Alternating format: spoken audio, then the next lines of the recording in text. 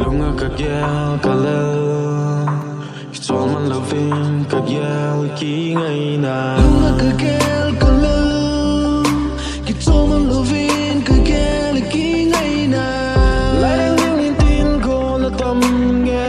Hua din na tin ko kapang nghe Lunga kagyal kalal Kitol man loving kagyal ki ngay na Nel sa bangin tu sin in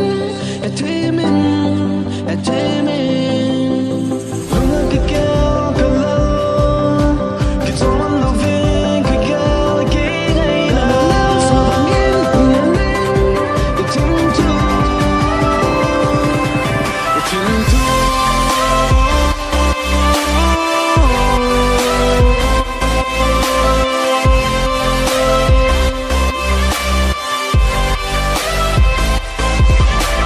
Tina kagyal kasi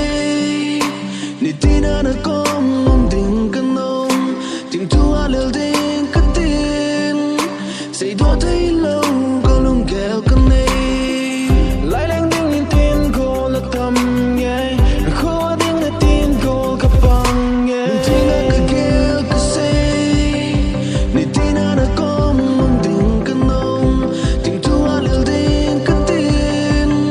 Say do tay lâu Có lung kẹo ka này Cả nang lil sa bangin Du sin in Atimin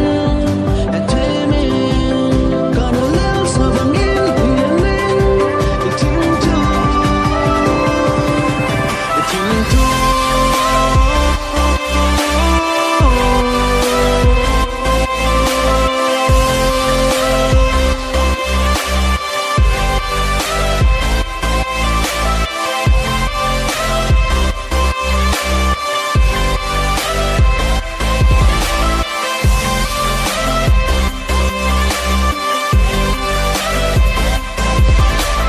Lunga kagyal kalal